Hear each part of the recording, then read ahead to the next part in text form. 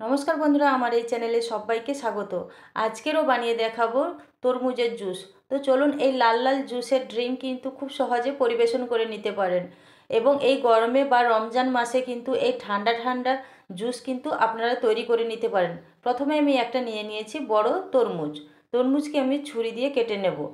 এই গরমে এই জুস কিন্তু আইস কিউবের সঙ্গে কিন্তু পুরো জমে যাবে। তো দেখুন, তরমুজটা কেটে নিয়েছি এবং তরমুজটা ছিল বেশ ভালোই লাল। আর তরমুজ যদি লাল হয় তাহলে জুসের কালারও খুব সুন্দর হয়, দেখতে যেমন ভালো লাগে খেতেও খুব মজার। তো ঝটপট এই কলিজা ঠান্ডা করা রেসিপি কিন্তু আপনারা এই বানিয়ে নিতে পারেন। তো আমি প্রথমে তরমুজগুলোকে একটা ছুরির সাহায্যে এইভাবে টুকরো টুকরো করে কেটে নেব। আর এই গরমে কিন্তু বা বিকেলে এই রমজান মাস চলছে, সেই জন্য কিন্তু এই ড্রিঙ্ক আপনারা খুব সহজেই তৈরি করে নিতে পারেন। আর তরমুজের জুস কিন্তু খেতে খুবই ভালো লাগে। তো তরমুজগুলোকে এইভাবে আমি কেটে নেব। তরমুজের যেহেতু জুস বানাবো সেজন্য নিয়ে নিয়েছি একটা মিক্সার গ্রাইন্ডার। এর মধ্যে তরমুজের টুকরোগুলো ভরে দেবো। তরমুজের টুকরোগুলো দিয়ে দিয়েছি এবং দিয়ে দিচ্ছি পুদিনা পাতা। পুদিনা পাতা কিন্তু খেলে খুবই শরীরের পক্ষে খুবই ভালো এবং শরীর ঠান্ডা করে।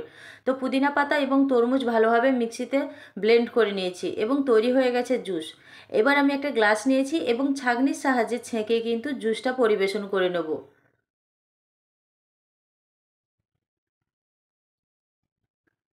এইভাবে ছাঁকনির সাহায্যে ছেঁকে কিন্তু জুসগুলো আমি গ্লাসে ছেঁকে নিচ্ছি। তো তৈরি হয়ে গেল আমার জুস। এবার একটু ডেকোরেশন করে নেব। একটু ঠান্ডা ঠান্ডা করার জন্য কিন্তু দিয়ে দিলাম আইস কিউব এবং দিয়ে দিচ্ছি একটু টেস্টের জন্য দিয়ে দিচ্ছি লেমন জুস। তো এই লেবুর জুস একটু দিয়ে দিলাম। এবং এখানে কিন্তু তরমুজটা যেহেতু মিষ্টি ছিল সেই জন্য আমি এখানে চিনি অ্যাড করিনি। আপনারা চাইলে কিন্তু চিনিও অ্যাড করতে পারেন। এবার আমি তরমুজকে এইভাবে খুব সুন্দর করে কিন্তু ট্রায়াঙ্গেল শেপ দিয়ে কেটে নিয়েছি এবং গ্লাসে দিয়ে দিচ্ছি। এভাবে সুন্দর করে সাজিয়ে দিয়েছি এবং লেবুও এইভাবে স্লাইস করে কেটে কিন্তু দিয়ে দিচ্ছি এবং সঙ্গে দিয়ে দিচ্ছি পুদিনা পাতা। তো আজকের এই ড্রিঙ্কের রেসিপিটি আপনাদের কাছে কেমন লাগলো অবশ্যই কমেন্ট করে জানাবেন। আর রেসিপিটি ভালো লেগে থাকলে অবশ্যই কিন্তু বাড়িতে ট্রাই করতে পারেন। আজকের এই পর্যন্ত, সবাই ভালো থাকবেন, সুস্থ থাকবেন। আবারও হাজির হয়ে যাব নতুন নতুন এক মজার রেসিপি নিয়ে। সঙ্গে কিন্তু লাইক, কমেন্ট এবং শেয়ার করতে ভুলবেন না এবং সাবস্ক্রাইব এবং ফলো করে পাশে থাকার অনুরোধ রইল। ধন্যবাদ বন্ধুরা।